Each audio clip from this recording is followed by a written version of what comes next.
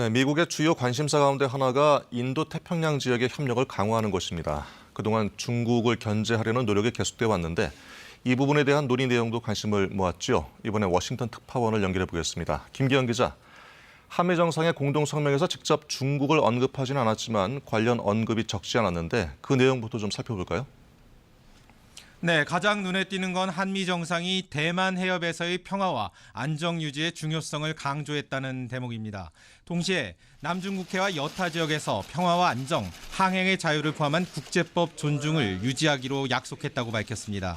한미 두 나라가 국제 질서를 위협하는 모든 행위를 반대하고 포용적이며 자유롭고 개방적인 인도 태평양 지역을 유지할 것을 약속했다는 표현도 등장합니다. 이 같은 합의 내용은 한미 관계의 중요성이 한반도를 훨씬 넘어서는 것이라는 전제로 시작됐습니다.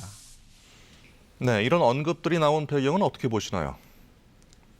네, 사실상 중국을 겨냥했던 미국의 비판이 투영됐지만 한국 입장이 반영된 결과로 나타난 걸로 풀이됩니다.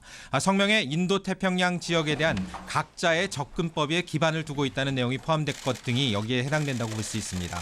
중국 인권 문제를 직접 거론하지 않은 것도 한미 간의 적절한 균형점을 찾은 결과로 풀이됩니다.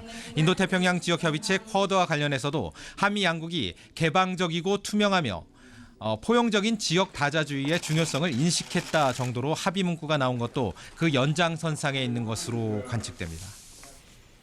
네, 문재인 대통령이 바이든 정부와 원자력 분야 협력을 언급한 부분도 있지요.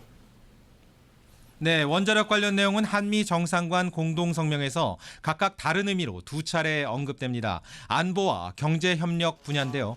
먼저 양측은 전 세계적인 비확산과 안전이 원자력 기술 사용과 관련해 협력하는 것이 동맹의 핵심적 징표라고 밝혔습니다.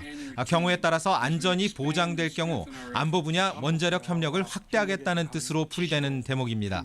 여기에 양국 정상이 원전 사업 공동 참여를 포함한 해외 원전 시장 내 협력을 발전시켜 나가기로 약속했다는 내용도 나옵니다. 사우디아라비아 등 세계 각국에서 원자력 발전소 건설을 검토하고 있는데 공동 참여를 모색하는 것 아니냐는 관측이 제기될 수 있을 것으로 보입니다. 네, 현지 언론들은 이번 정상회담을 어떻게 평가하고 있습니까? 네.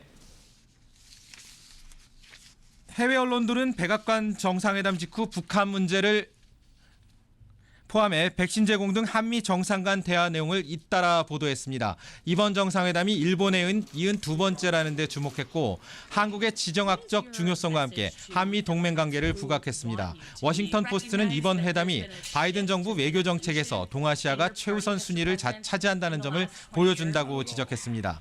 CNN은 바이든 대통령이 이스라엘과 팔레스타인 무력 충돌을 종식한 뒤 이번 회담을 통해 외교 정책의 초점을 중국이 포함된 동아시아로 옮겼다고 평가했습니다. CBS는 바이든 대통령이 북한의 비핵화와 관련해 구체적이고 명확한 내용을 제시하지 않았다고 지적했습니다. 로이터는 바이든 대통령이 북핵 문제에 대한 약속이 있어야 한다라며 이를 김정은 위원장과 회담의 전제 조건으로 제시한 것을 보도하면서 생각이 바뀐 것이라는 분석을 내놓기도 했습니다. 네, 문재인 대통령 귀국 전에 추가 일정이 예정돼 있지요. 네, 이곳 워싱턴 DC는 현재 21일 밤 11시가 조금 넘은 시각입니다. 문재인 대통령은 현지 시간 22일 오전 미국 그레고리 추기경과 면담 일정이 잡혀 있습니다. 이후 조지아주 애틀란타로 이동해 SK 이노베이션이 건설 중인 배터리 공장을 시찰하고 직원들을 격려할 예정입니다.